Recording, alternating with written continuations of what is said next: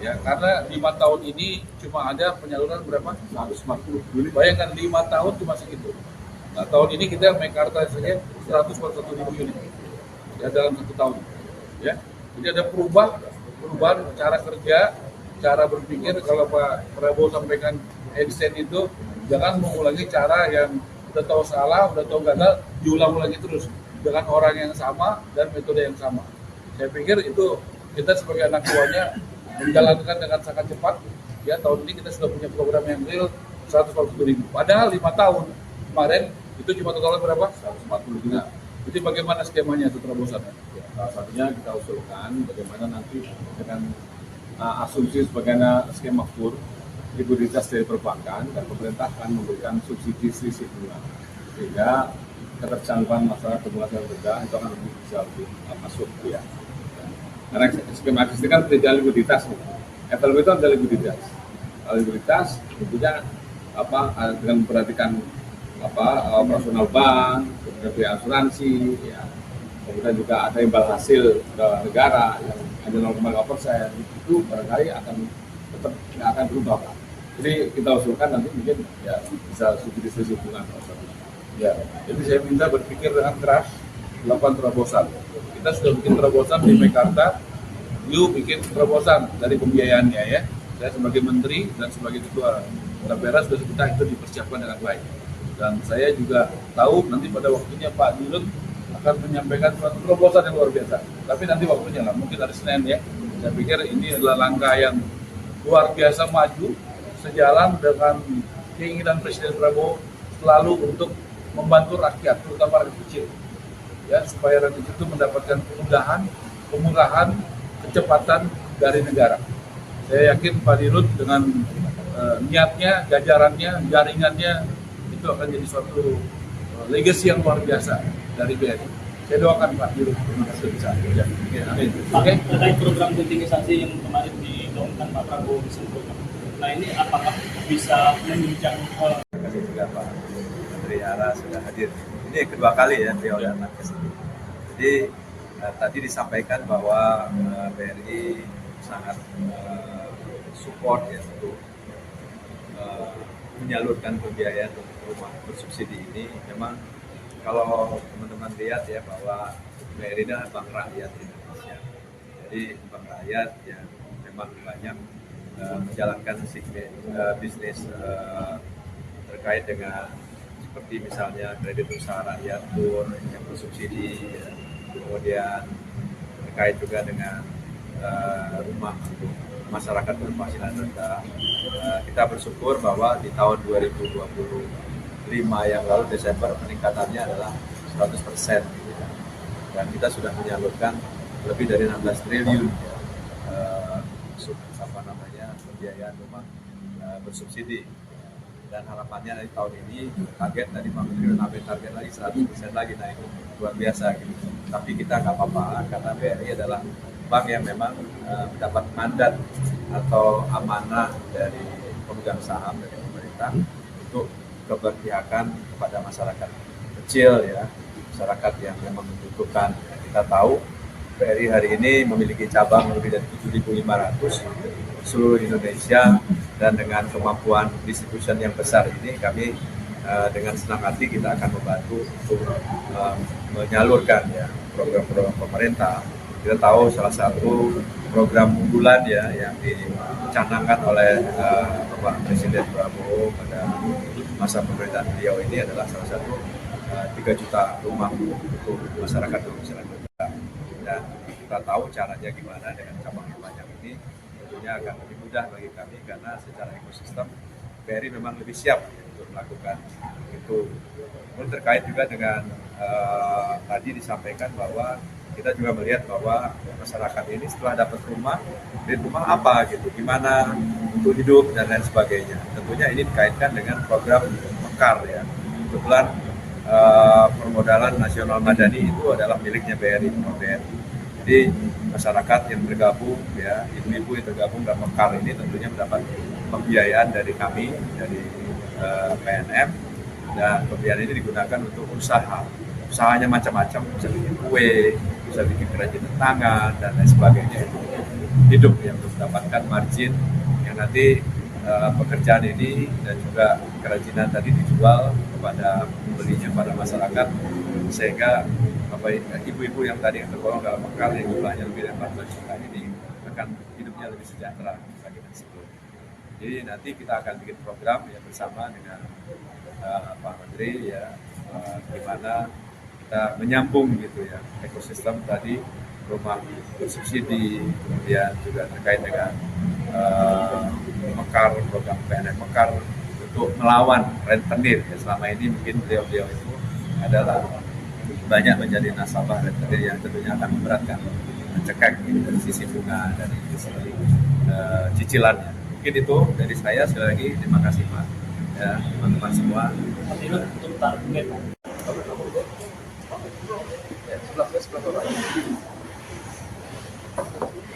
Banyak juga nih ya. Selamat malam. Pertama saya datang ke sini bertemu dengan Dirut BRI Pak Heri Gunardi untuk mengucapkan terima kasih karena BRI itu kontribusinya untuk rumah subsidi naik sekitar 100%. Tahun 2024 itu ada 16.000 yang dibiayai oleh BRI. Tahun 2025 menjadi 32.000. Ini kenaikan dari presentasi yang terbesar. Pak Dirut, saya ucapkan terima kasih atas kerja kerasnya. Betul, saya terima kasih sekali. Artinya ada 32.000 MBR, masyarakat berpenghasilan rendah, apakah itu petani, nelayan, buruh, ART, supir, ojek, ya, dan lain-lain yang bisa mendapatkan rumah berkat kerja keras daripada BRI.